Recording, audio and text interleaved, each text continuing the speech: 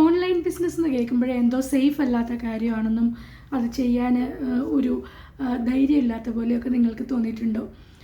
It's only because അതിനെപ്പറ്റി കൂടുതലായിട്ടുള്ള ഒരു നോളജോ ഇൻഫർമേഷനോ ഇല്ലാത്തതുകൊണ്ടാണ് നിങ്ങൾക്ക് അങ്ങനെ ഫീൽ ചെയ്യുന്നത്. For me, I am a simple registered nurse running this business for many years now. ഞാൻ ഒരു രജിസ്റ്റേർഡ് നഴ്സ് ആയതുകൊണ്ട് തന്നെ എനിക്ക് ഈ ഓൺലൈൻ സ്പേസിൽ വലിയ എക്സ്പീരിയൻസ് ഒന്നുമില്ല. സാധാരണ ഒരു ആൻഡ്രോയിഡ് ഫോൺ കയ്യിലുണ്ടെന്നുള്ളതല്ലാതെ I have nothing much with the online space to do with the online space. പക്ഷേ വൺസ് ഈ ബിസിനസ്സിൽ വന്നതിന് ശേഷം I have learned a lot. It has also taught me how to stay safe online.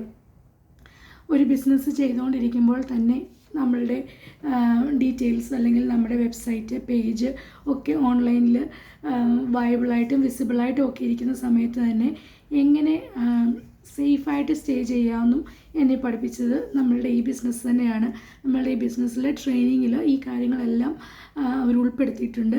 So all those has help me to confidently work online.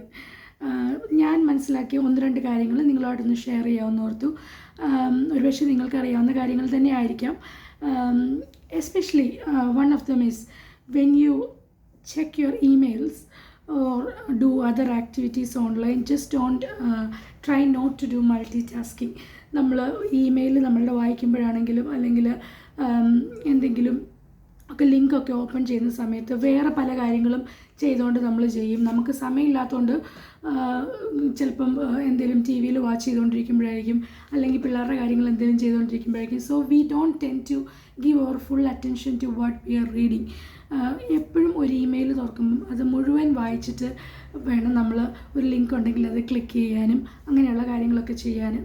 പിന്നെ ഒരു കഴിവതും നിങ്ങളുടെ personal information like നിങ്ങളുടെ ക്രെഡിറ്റ് കാർഡ് ഡീറ്റെയിൽസ്, പാസ്വേഡ്സ് ഒന്നും തന്നെ അൺഎക്സ്പെക്റ്റഡായിട്ട് വരുന്ന email through ഉള്ള ലിങ്കിലൂടെ കൊടുക്കാതിരിക്കുക.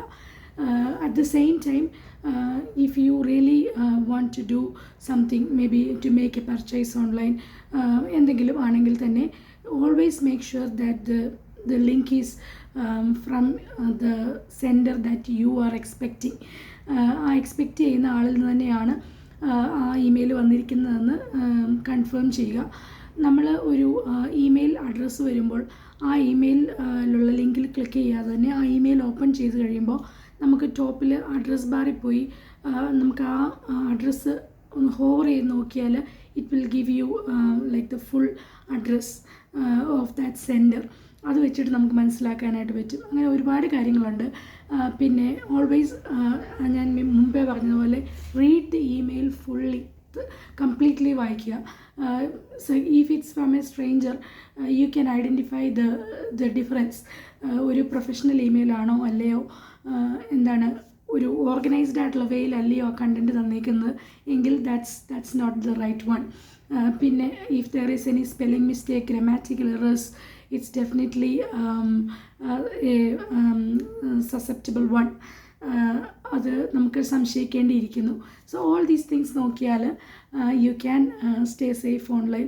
ഇതൊരു വളരെ ചെറിയ കാര്യം മാത്രമാണ്. വേറെ ഒരുപാട് കാര്യങ്ങളുണ്ട് to stay safe online.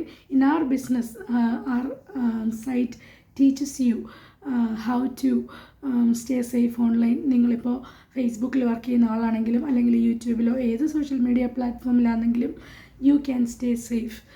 So all the measures and all the steps we teach you online. So ആ ഒരു കാരണം കൊണ്ട് ഇത് ചെയ്താൽ ശരിയാവുമോ, റിസ്ക്കിയാണ് എന്നുദ്ദേശിച്ച് ഒരിക്കലും മടിച്ചു നിൽക്കേണ്ട ആവശ്യമില്ല. So see you later. Bye bye.